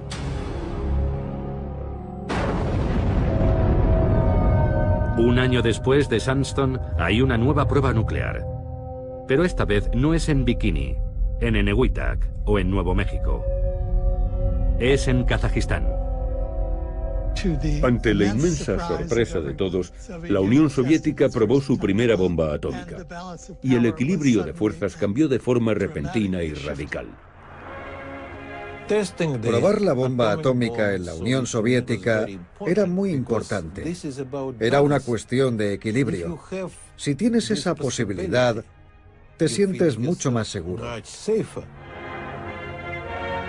Psicológicamente nos pusimos al mismo nivel que Estados Unidos. Estados Unidos ya no podía darnos órdenes. Si el poder del átomo había sido un regalo de Dios a Estados Unidos, ahora también se lo había dado a sus enemigos. Para Estados Unidos fue un momento aterrador. ¿Cómo debía responder al hecho de que la Unión Soviética tuviera también la bomba atómica? Necesitábamos un salto cualitativo para dejar atrás a los soviéticos y seguir por delante de ellos. Algunos piensan que la respuesta es la fusión de hidrógeno, la misma energía que se produce en el Sol. Una bomba de hidrógeno o bomba termonuclear sería mucho más potente que una bomba atómica. No existe ningún límite teórico para la potencia de la bomba que puedes hacer. El principal defensor de la bomba de hidrógeno es el físico Edward Teller. Teller es bastante vanidoso y con razón, porque es un tipo muy inteligente, pero es muy difícil llevarse bien con él. Era muy creativo. Cuentan que tenía 10 ideas nuevas cada día. Una idea al mes está muy bien, pero él tenía 10 cada día. Siempre estaba dando vueltas a la idea de avanzar un paso más, desde la bomba atómica hasta la bomba termonuclear. Yo creo que tuvo mucho mérito que insistiera en ello y que lo defendiera. Pero nadie sabe cómo fabricar una bomba de hidrógeno. Incluso podría ser algo imposible de fabricar. Sabíamos hacer bombas atómicas, podíamos llenar almacenes, pero no sabíamos hacer bombas de hidrógeno. ¿Por qué dejar de producir algo seguro para hacer algo que no sabes si funciona? Es más, algunos científicos creen que ha llegado el momento de salvar al mundo, decidiendo parar. Podría haber sido un punto de inflexión. Podemos buscar la bomba de hidrógeno, pero no tenemos que hacerlo. Podemos enviar un mensaje positivo a la comunidad internacional y presionar a los soviéticos para que no sigan construyendo armas nucleares. Podemos dar un buen ejemplo. 2 meses después de la bomba atómica soviética, un comité dirigido por Robert Oppenheimer se pronuncia de forma unánime en contra del programa de urgencia para la bomba de hidrógeno. Louis Strauss y Edward Teller están furiosos. Pero la última decisión corresponde al presidente Harry Truman. La bomba de hidrógeno implicaba que Estados Unidos se impusiera límites sin tener capacidad para controlar a los soviéticos. Los soviéticos habían demostrado que podían construir la bomba atómica. Aquello suponía asumir un grave riesgo para el presidente. Los soviéticos parecían decididos a expandirse. Ya controlaban el este de Europa. En 1948 aíslan el oeste de Berlín intentando hacerse con el control. Para Harry Truman, la respuesta es obvia. La contención. Contener a la Unión Soviética, impedir su expansión, impedir que crezca o que consiga más influencia, porque si no lo hacemos avanzarán y avanzarán hasta que los tengamos en nuestras cocinas. Tenemos que avanzar en nuestro trabajo con otros países y reforzar nuestras defensas comunes. Nos une nuestro odio a la esclavitud comunista. A finales de enero de 1950, Truman anuncia que Estados Unidos fabricará la bomba de hidrógeno. Truman decide responder con un arma más potente y destructiva. Es el comienzo de la carrera armamentista. Es el comienzo de una escalada que durará décadas. Pocos días después de que Truman aprobara la bomba H, el físico Klaus Fuchs, que había trabajado en Los Álamos, es detenido por espionaje. Se sugiere que el sistema tiene filtraciones y hay que tapar esas fugas. Fue una conmoción. Era uno de los principales acontecimientos que condujeron a la era del macartismo y del peligro rojo.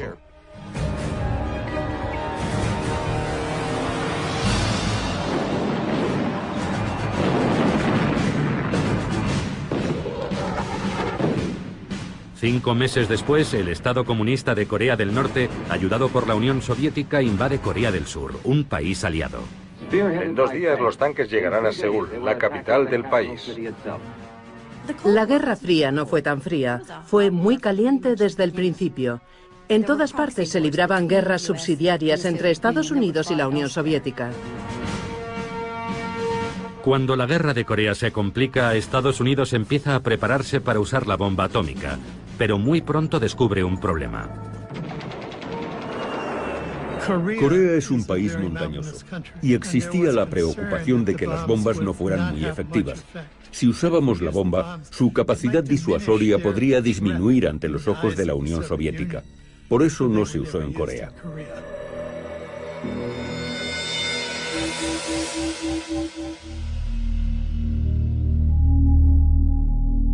La guerra de Corea se eterniza y los soviéticos siguen haciendo pruebas atómicas con bombarderos.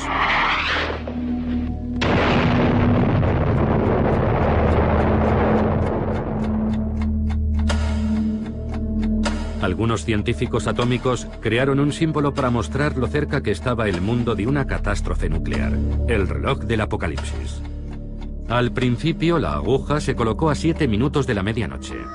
Pero con la carrera armamentista nuclear acelerándose, se vuelve a colocar a 3 minutos de la medianoche. 3 minutos para el desastre global. Con la amenaza de los bombarderos soviéticos cargados de bombas atómicas, los americanos tienen que acostumbrarse a la nueva realidad. Pueden atacarnos en nuestra propia casa. La línea del frente es el jardín de tu casa. Tienes que saber cuidar de ti mismo. ¿Y cómo se hace?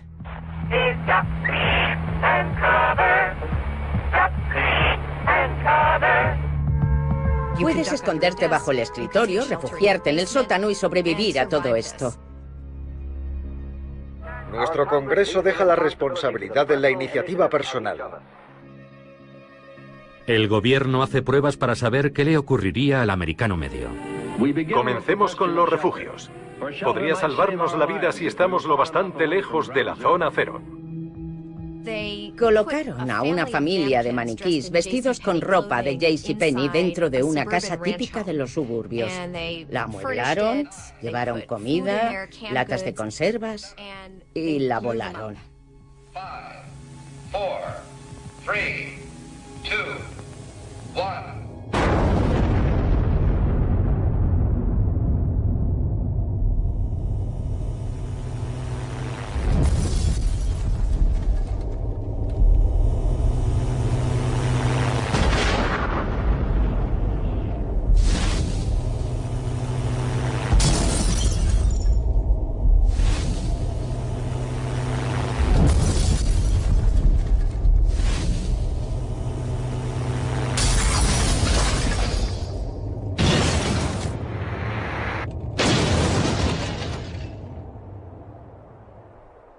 De hecho, los maniquís terminaron desmembrados de las formas más variadas.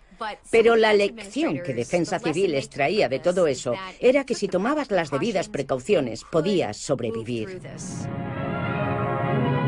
Pero solo si haces lo correcto. Una casa descuidada es una casa que podría estar condenada en la era atómica. Este es el resultado del ensayo de Defensa Civil para descubrir los efectos de una explosión atómica. La casa de la derecha es un horror. Madera vieja y sin pintar. Observen todos esos papeles, hojas y basura en el patio, señales de una casa carente de cuidados. La casa de en medio perfectamente cuidada con el patio limpio. Veamos lo que sucedería en un ataque.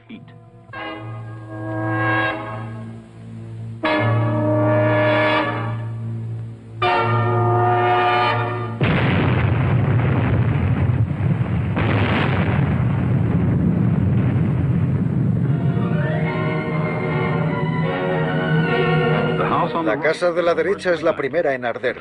La basura es la mecha que hace arder la madera seca. La falta de limpieza doméstica ha condenado a esta casa a la destrucción. La casa de en medio, limpia, pintada y arreglada, tras el mismo ataque atómico, no llega a arder.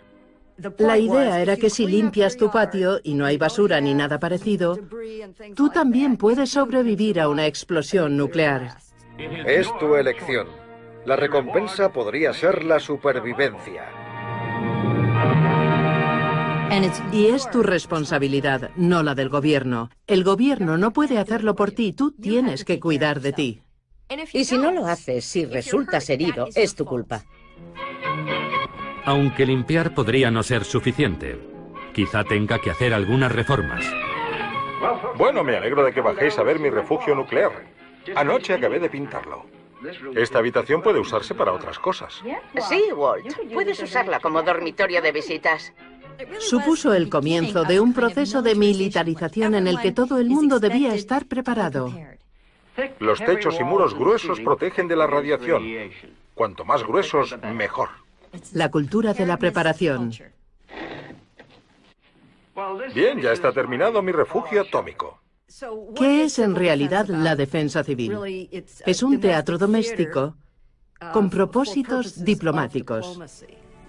La defensa civil reforzaba la idea de que las armas nucleares eran la base de la política exterior americana, y en ese sentido era útil. Aprenderemos a salvar vidas y no os merecerá la pena lanzarnos vuestras bombas. Si nuestro enemigo cree que la sociedad puede sobrevivir, eso significa que nuestra amenaza de usar armas nucleares es más creíble.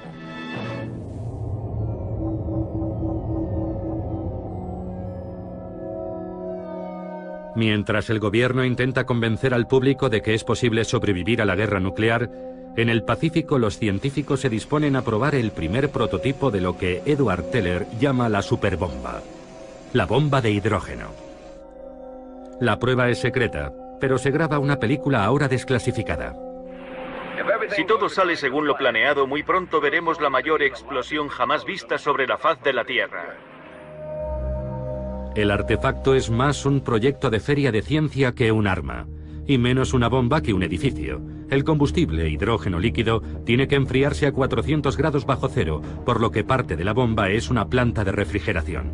Todo el complejo pesa más de 70 toneladas, y todo para demostrar que el concepto termonuclear funciona.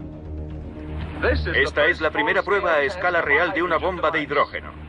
Si la reacción se produce, entraremos en la era termonuclear. 30 segundos para el lanzamiento. Colóquense las gafas protectoras o gírense. No se quiten las gafas ni miren hasta 10 segundos después del primer fogonazo.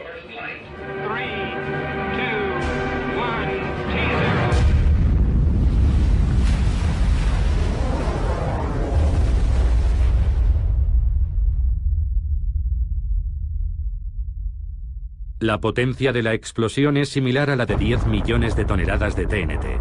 Es 600 veces más potente que la bomba que destruyó Hiroshima.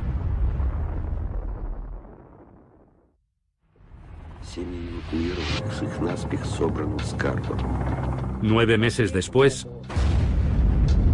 los soviéticos detonan su primera bomba de hidrógeno.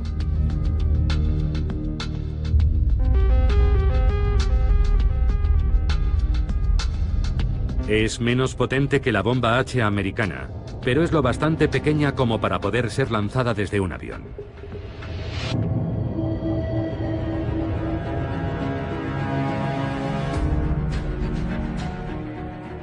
La Unión Soviética ha reforzado su control sobre el este de Europa. Ha conseguido la bomba atómica, apoya la guerra en Corea. Y ahora dispone de una bomba de hidrógeno transportable. Estados Unidos, en plena campaña del Terror Rojo, lanza una cruzada para erradicar a quien se pueda culpar del éxito comunista. En ese clima de miedo y de sospechas, Robert Oppenheimer está a punto de convertirse en el objetivo, la víctima de Louis Strauss. Strauss es horrible, una persona horrible. Es uno de los malvados de esta historia. Strauss solo busca la forma de atacar a Oppenheimer, de humillarlo. Strauss nunca perdonó a Oppenheimer que se opusiera al programa de urgencia para desarrollar la bomba de hidrógeno.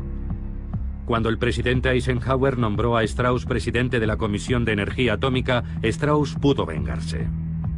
Lo que hizo al tomar posesión fue iniciar un proceso para privar a Oppenheimer de su autorización de seguridad.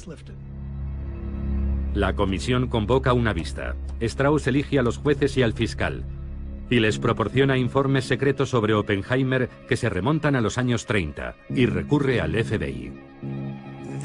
El FBI intervino el teléfono de Oppenheimer y el teléfono de su abogado, y Strauss pasaba toda esa información al fiscal.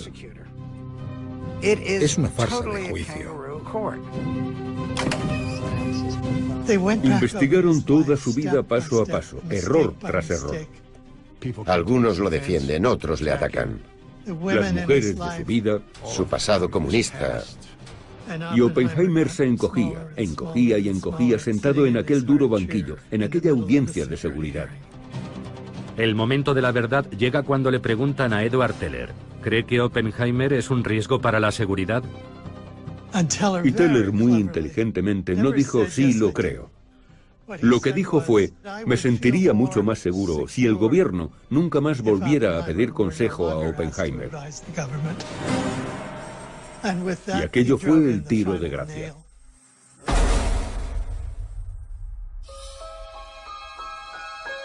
El padre de la bomba atómica es despojado de su autorización de seguridad y expulsado del gobierno para siempre. Era la época de la caza de brujas. A mí me pareció repugnante, francamente. Consiguieron justo lo que sus enemigos querían conseguir. Aquello le destrozó, lo mató espiritualmente. Pero Teller tuvo que pagar un precio. El odio hacia Edward era tan denso que podía cortarse con un cuchillo. Creo que los colaboradores más próximos a Edward, al menos en Los Álamos, le despreciaron por ello el resto de su vida.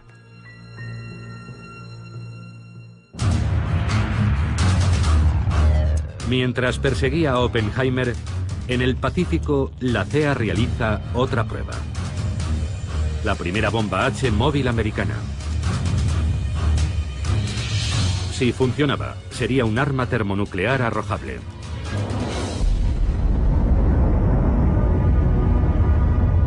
El 1 de marzo de 1954 queda demostrado que la bomba sin duda funciona, aunque demasiado bien. Debido a un error de diseño, es el doble de potente de lo calculado. 15 megatones, el equivalente a 15 millones de toneladas de TNT. Aproximadamente 1000 veces más potente que Little Boy. Es una bomba gigantesca. El hongo atómico alcanza los 25.000 metros de altura, esparciendo su radiactividad por la atmósfera. La lluvia radiactiva contamina islas habitadas y un barco pesquero japonés, irónicamente llamado Dragón Afortunado. Uno de los pescadores japoneses muere. Más de 200 isleños enferman. La prueba secreta se convierte en un incidente internacional por la lluvia radiactiva. Llamó la atención de la opinión pública mundial sobre las pruebas nucleares atmosféricas. ¿Deben realizarse esas pruebas? Cuando se hace, los vientos arrastran la radiactividad, exponiendo a todo el mundo a la radiación. La increíble potencia de la bomba H demuestra la futilidad de la defensa civil. La preocupación antes de la bomba de hidrógeno era, ¿podemos protegernos? Lo que demuestran las pruebas con bombas de hidrógeno es que tal vez no exista defensa posible salvo huir. Se calcula que en Nueva York morirían más de 4 millones.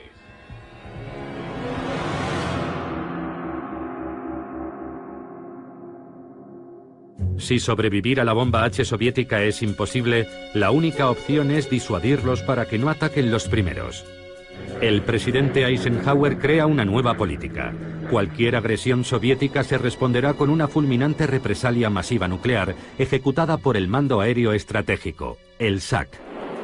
La Fuerza Aérea mantiene a sus bombarderos volando las 24 horas listos para actuar contra objetivos específicos. El SAC está dirigido por Curtis LeMay. LeMay se da cuenta de que la bomba ha cambiado la guerra para siempre. LeMay comprendió enseguida que las guerras durarían días o incluso horas, y que la anticipación era vital. LeMay planea un primer ataque masivo sobre la Unión Soviética al que llamó golpe de gracia. Listos para actuar en cualquier momento, sus equipos realizan simulacros constantes.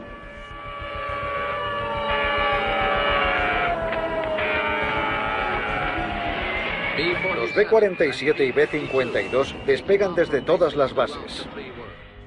De repente había 90 aviones despegando desde aquella base cargados de bombas nucleares.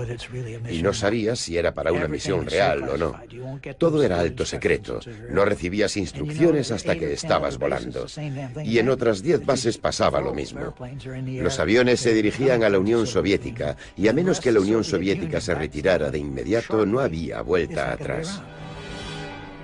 Este teléfono rojo activa la línea directa del SAC con sus bases en los 4 continentes. La represalia masiva supuso que la defensa estuviera controlada cada vez más por la Fuerza Aérea. La Fuerza Aérea controlaba el 47% del presupuesto nacional de defensa, y la Marina y el Ejército empezaron a pensar, será mejor que consigamos también bombas atómicas. La competencia entre los diferentes cuerpos hace que el arsenal nuclear americano crezca y se diversifique.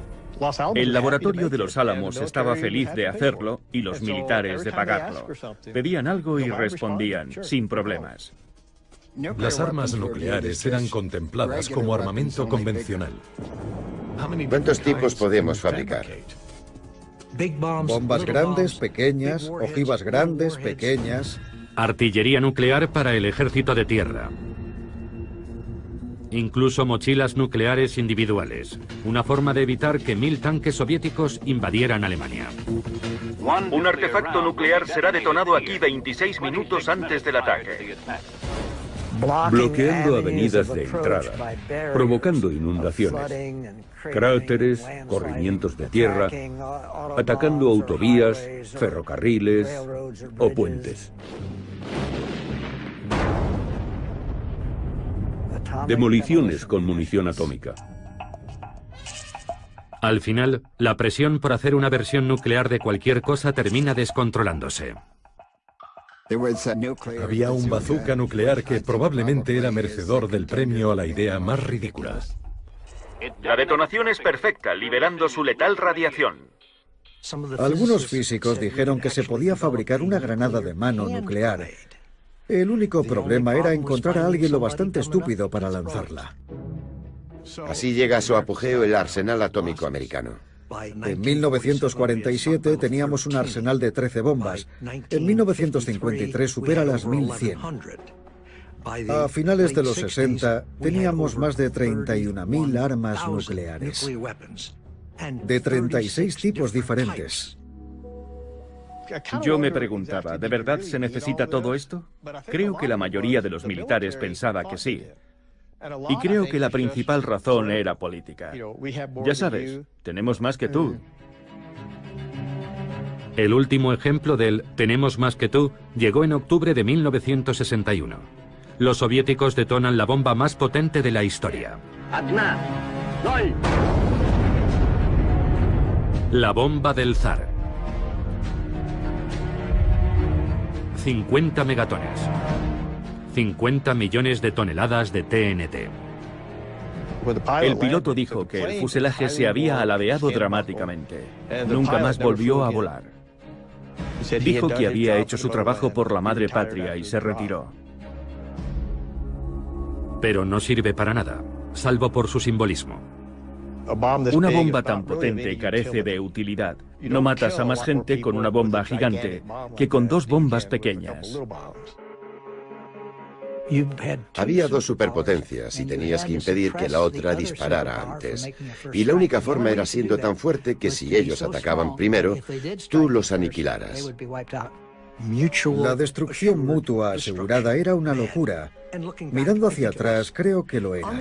Aunque por otro lado, siendo las dos partes tan fuertes y sabiendo que podían destruirse mutuamente,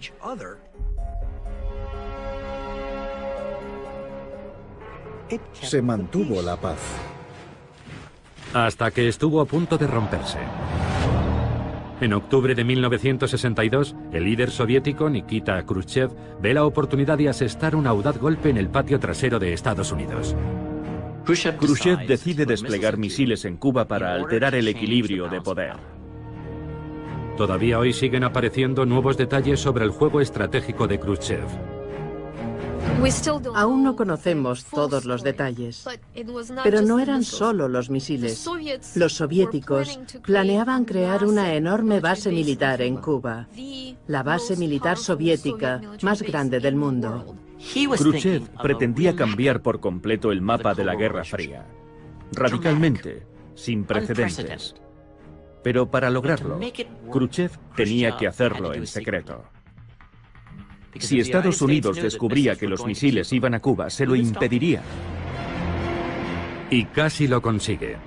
Pero antes de que los soviéticos puedan completar su despliegue, un avión espía estadounidense descubre el plan.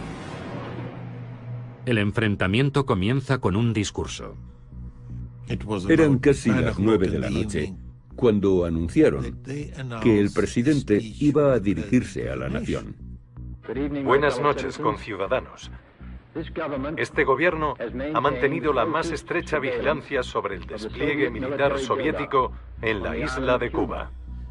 Y mi padre me dijo, creo que han descubierto los misiles. El despliegue de una serie de misiles ofensivos se prepara ahora en esa isla prisionera. Los soviéticos estaban muy preocupados porque esperaban que Kennedy anunciara no solo el bloqueo, sino también la invasión de Cuba. La posibilidad de una auténtica guerra nuclear era muy alta. Y suponía el fin del mundo. Será nuestra política considerar cualquier ataque nuclear lanzado desde Cuba contra cualquier nación en el hemisferio occidental como un ataque contra Estados Unidos merecedor de una respuesta contundente contra la Unión Soviética. Una respuesta contundente de represalia contra la Unión Soviética. Yo sabía lo que eso significaba y cuáles serían sus consecuencias. Consideramos bombardearos con armas atómicas. Ver al presidente de Estados Unidos en la televisión nacional diciéndole al mundo que eso podía pasar capta la atención del público. En la sede de Naciones Unidas, la crisis cubana es el único tema de discusión. El problema al que se enfrenta el Consejo de Seguridad es grave. Mientras Kennedy piensa en invadir Cuba, telefonea al expresidente y general Dwight Eisenhower en busca de consejo. General, ¿qué posibilidad hay de que disparen esas cosas si invadimos Cuba? No creo que lo hagan.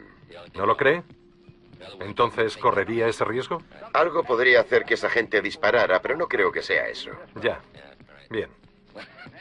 Pero yo siempre diría, mantenga a su gente muy alerta. Sí. Está bien. Kennedy no tenía ni idea de que las armas tácticas nucleares ya estaban en Cuba. Los rusos pensaban, bueno, si los americanos invaden Cuba, entonces tendremos que usar nuestras armas tácticas nucleares para rechazarlos. Puede incluso que armas nucleares de alcance medio. Los oficiales de misiles en Cuba tenían la autorización de la Unión Soviética para lanzar sus misiles antes que permitir que los destruyeran. Imaginemos que los marines desembarcan en las playas de Cuba y son recibidos con una lluvia de armas tácticas nucleares.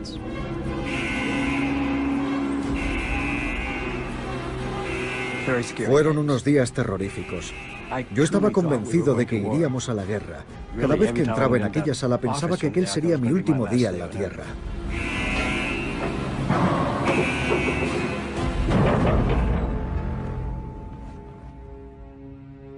Al final, tanto Kennedy como Khrushchev miraron fijamente al abismo nuclear y dieron un paso atrás.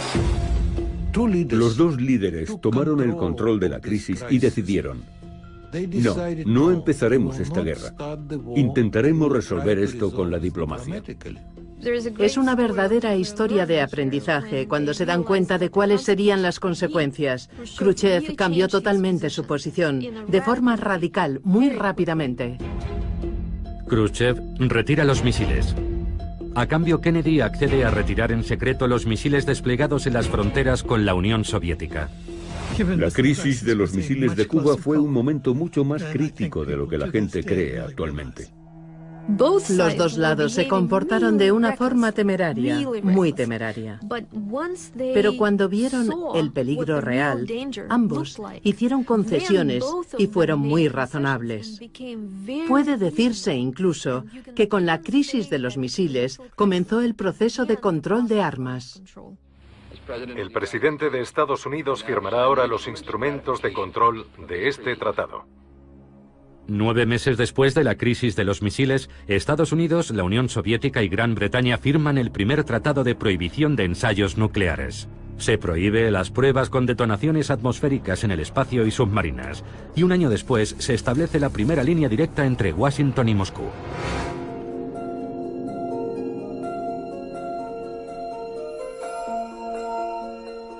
Pero incluso antes de la crisis de los misiles, las protestas habían aumentado, a menudo encabezadas por mujeres. No den leche radiactiva a mis hijos. Hacen pruebas atómicas. El viento lleva la radiación hasta los campos donde pastan las vacas y después cogen su leche y se la dan a nuestros hijos. No pueden seguir haciéndolo. Tantas madres se manifestaron contra las pruebas nucleares atmosféricas que finalmente el gobierno de Estados Unidos dijo: de acuerdo. Haremos pruebas subterráneas.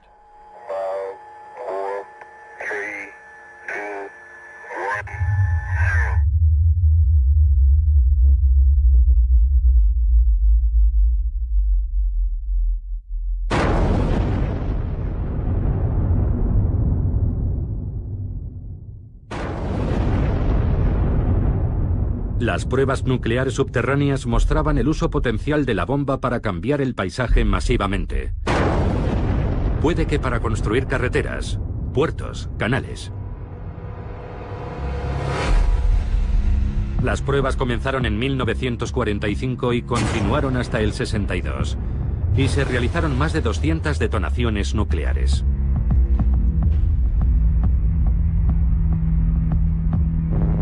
Ya subterráneas, se realizaron 800 pruebas más, hasta que en 1992 Estados Unidos decide terminar con todas las pruebas. Pero los ensayos subterráneos solo fueron el primer paso. Libros y películas comenzaban a explorar lo que sería una guerra nuclear y el día después. Dramas lúgubres como La hora final, Punto límite, La oscura sátira, Teléfono rojo, Volamos hacia Moscú, o No Nukes, un documental sobre el concierto y la manifestación. El día después, una película para la televisión que vieron 100 millones de espectadores se convirtió en un auténtico acontecimiento cultural. Y Juegos de guerra, que alerta de que el único movimiento ganador en la guerra nuclear es no jugar. Lentamente pero con firmeza, el público dirige a sus líderes. Lo que comenzó en 1963 con el primer tratado de prohibición de ensayos nucleares condujo a otros acuerdos, intentos de frenar la escalada de armas nucleares. En 1986, Ronald Reagan es presidente de Estados Unidos, George Shultz, su secretario de Estado. En octubre, Reagan se reúne con el líder soviético Mikhail Gorbachev en Reykjavik, y algo extraordinario sucede. El presidente Reagan estaba sentado en un extremo de la mesa y yo a su lado. Gorbachev estaba en el otro extremo con Shevardnadze y hablamos de eliminar las armas nucleares. Reagan y Gorbachev, de una forma espontánea e improvisada, dieron el paso más importante para alcanzar un pacto entre las dos superpotencias y desnuclearizar lo que se había hecho hasta entonces y lo que llegaría después. Fue un momento espectacular en el que los presidentes de dos superpotencias enemigas de repente encuentran un punto común, un deseo común. Pero ese deseo compartido, liberarse de la bomba, resulta imposible. El principal escollo es una nueva tecnología estadounidense. La Guerra de las Galaxias, promovida por Edward Teller. Era una tecnología que los soviéticos no tenían, y ellos pensaron que podría usarse para imposibilitar que los soviéticos tuvieran una fuerza nuclear disuasiva. Y Gorbachev no pudo aceptar eso. La Guerra Fría llegaba a su fin. 3 años después de Reykjavik cae el muro de Berlín. En 1991, Mikhail Gorbachev disuelve la Unión Soviética. Todo sin haberse usado la bomba. Nos libramos por muy poco. Hubo un par de momentos críticos en el camino y... la verdad, creo que tuvimos suerte. Estos dos países fueron capaces de terminar con la confrontación más peligrosa y prolongada de la historia. En el punto álgido de la carrera armamentista nuclear, la Unión Soviética y Estados Unidos sumaban juntos más de 60.000 armas nucleares. Es una absoluta locura. Y cuando pase el tiempo suficiente y miremos hacia atrás, lo veremos como un momento de absoluta locura de la humanidad. La capacidad destructiva en ambos lados superaba el 5000%. Hubiera sido una catástrofe definitiva y, a pesar de todo, funcionó. La bomba es lo que hace que todo este ciclo, la Guerra Fría, no se convierta en una guerra abierta. Sin la bomba, en algún momento habría estallado la guerra.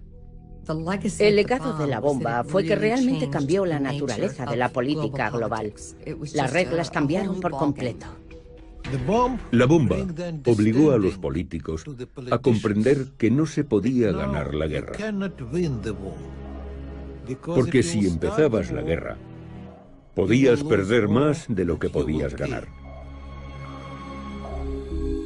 Hoy, además de Estados Unidos y Rusia, 6 naciones más tienen la bomba, además de Sudáfrica, que la tuvo y renunció a ella, e Israel, que no ha confirmado ni negado tenerla. No tenemos control sobre ellas ni sobre lo que pueden hacer con ellas. Los más alarmantes son India y Pakistán. Algunos expertos creen que una guerra nuclear, incluso limitada entre India y Pakistán, sería catastrófica para todos.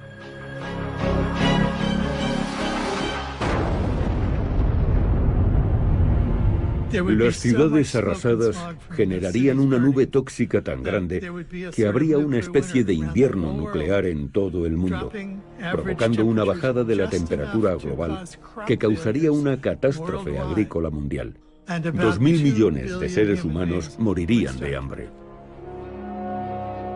La gente no entiende el peligro. No entiende que la probabilidad de que eso ocurra es realmente elevada y no comprende su magnitud. Hace 70 años, unos cuantos garabatos en una pizarra abrieron la puerta a una nueva realidad. Decisiones fatídicas pusieron al mundo en el camino de las armas nucleares. Yo no me siento culpable por ello. En mi opinión, si no lo hubiéramos hecho nosotros, otros lo hubieran hecho. Y lo hubieran hecho con nosotros en cualquier caso. No hay vuelta atrás. El conocimiento de cómo podemos destruirnos a nosotros mismos está aquí para quedarse. Y nuestra tarea es aprender a vivir con eso. Creo que lo que debe darnos esperanzas es que en todas estas décadas, desde 1945, nunca se ha lanzado una bomba por ira, en ninguna parte del mundo. Hemos logrado de alguna manera mantener el dedo alejado del botón, y esperemos que se continúe así.